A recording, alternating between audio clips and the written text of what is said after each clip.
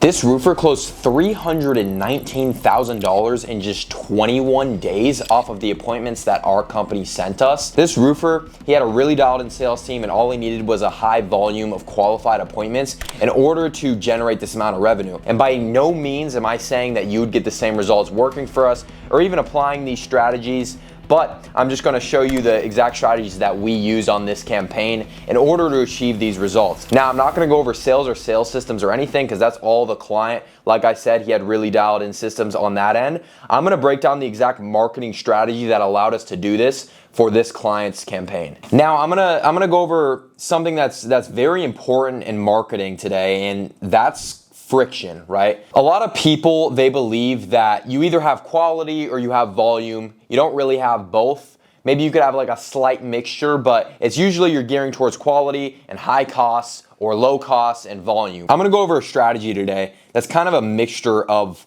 volume and of quality, and I'm kind of gonna break down exactly how to do that. And the thing is, this strategy, it does require you to have a killer sales team because we're not generating laydown appointments. We're also not generating a bunch of trash ones that require, weeks and weeks of nurturing or just aren't qualified at all. Like I said, it's a good mixture of getting a volume of people that are closable, and they're just leads that can close, but they require that work to be worked and sold and all of the above, right? And nurtured as well. So you do need to have a killer sales team. And in this case, and in every case where, we work with clients, they always need to have killer sales teams in order for us to work with them in the first place, right? Because otherwise it's not gonna really work if you don't have a good sales team. So if you have a sales team where you're used to referral leads and you kind of just need those laydowns, we have some other videos talking about how to do that. But generally, I don't recommend that strategy just because you're gonna get a very low volume of deals. In comparison to this strategy, where you're getting, leads kind of on the colder side, I would say,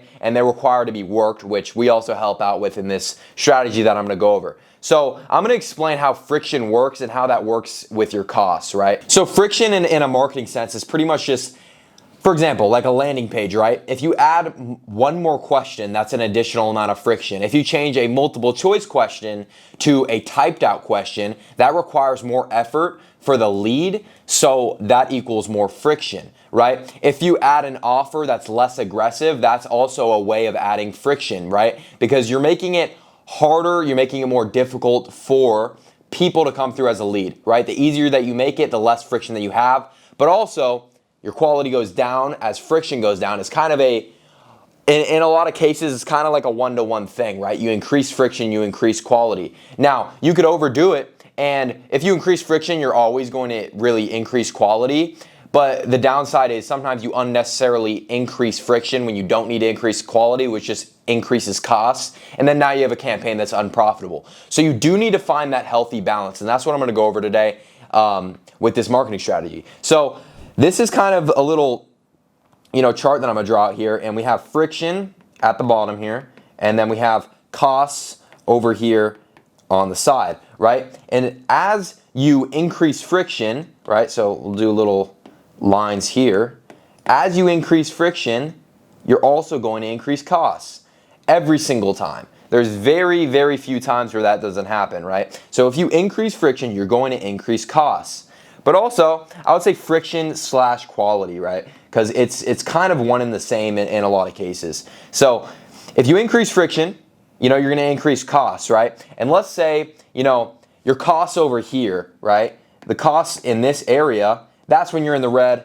And then you have over here, where you're slightly profitable. And then you have over here where that's kind of where you want to be extremely high profits. Now, with the quality and the friction, you have this area down here, I would say the first couple, where these are just not closable appointments. They're very hard to close. You're going to close a very low percentage of them, which also is going to make your customer acquisition cost high because you're barely closing anything. You're also wasting everybody's time on your team. It's very annoying. You don't want to, have leads that are this low quality. So these are kind of just the shit quality leads. And then you have, an area right here in the middle, where's your green zone, right? This is where it's perfect. It's a sweet spot, and then you have an area over here. Well, actually the whole area is going to be sweet spot. It's going to be easier and easier to close as we go on over here. But, there's a place right here where the lines intersect, right? So you have the green zone that you want to be in right here, right? And then you have the quality zone right here, right? So you want to be right here when you're running your ad campaigns, right? Because if you go too much over here, right, on the friction end, then now you end up in a high cost scenario and your customer acquisition cost is too high, right? And if you end up over here, you're just not going to close anybody, right? So essentially, you want to find that sweet spot, and that's kind of why I drew this out to explain it. And now I'm going to go over exactly how you do this, right? Now I'm gonna draw out a little bit of high friction versus low friction stuff here, right? So on the high friction end, I would say a lander is usually, you know, higher friction, and then you have lead forms for lower friction, right? And then we have questions for high friction, and then we have, you know, open form with pretty much just name, phone number questions for low friction. And then we have, you know, let's say like a offer like starting at, we could say 10,000, 10K roof, right?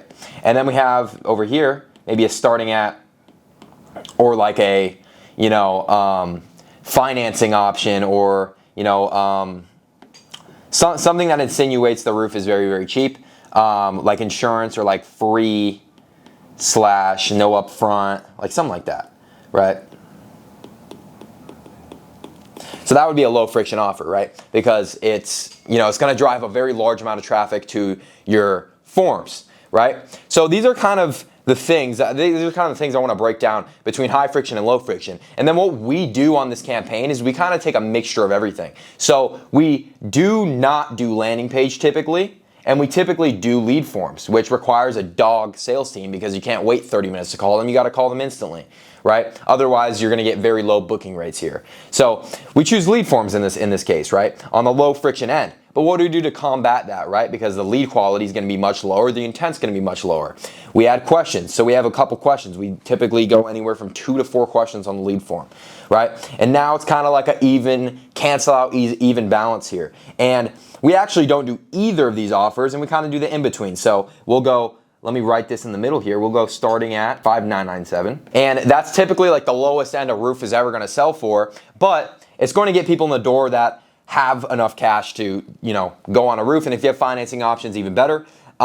So we kind of do the middle ground here for the offer. And you can see here, even mixture of friction, right? We're not going all on the high end, right? Because we don't have extremely high inflated costs that we don't even need to have, or extremely, you know, low end friction, which we're going to have low booking rates. We're going to get, you know, very shit leads that are harder to close, right? So we kind of go on the even mixture in this case. Now, I'm gonna point out, you know, the elephant in the room here, and that's the $5,997 offer. A lot of roofers, they just think, you know, oh, that offer sucks. It's a horrible offer. And it's potentially because you've had bad experiences with marketing agencies in the past running similar stuff, or whatever it may be. But the thing is, we have ran hundreds of accounts in roofing, right? So we've ran all kinds of offers, all kinds of ads, and generally the data always points towards the $5,997 being the best offer to run. Now, I've said this in multiple other videos, you could run $5,997 to like 10 grand starting at prices, and they've all worked before,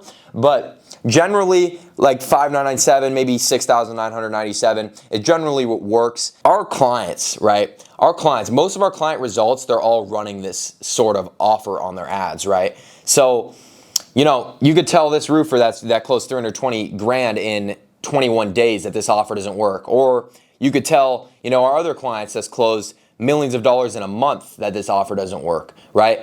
Because it's just generally not true, and that's where the data points towards this offer being the offer that works the most. Now, you could again go in different areas here, and you could gear towards very high quality stuff and lower amounts of volume, higher cost stuff, and run offers that are more safe and a little less aggressive. But generally, this is what we see works. And in some cases where it doesn't work for a client and the quality is on the lower end, we make a pivot and we make that adjustment for our client's account. But generally, just from the data, this is what generally works. Okay, so let me kind of, you know, explain the different, you know, ways you could go, right? You could go high friction.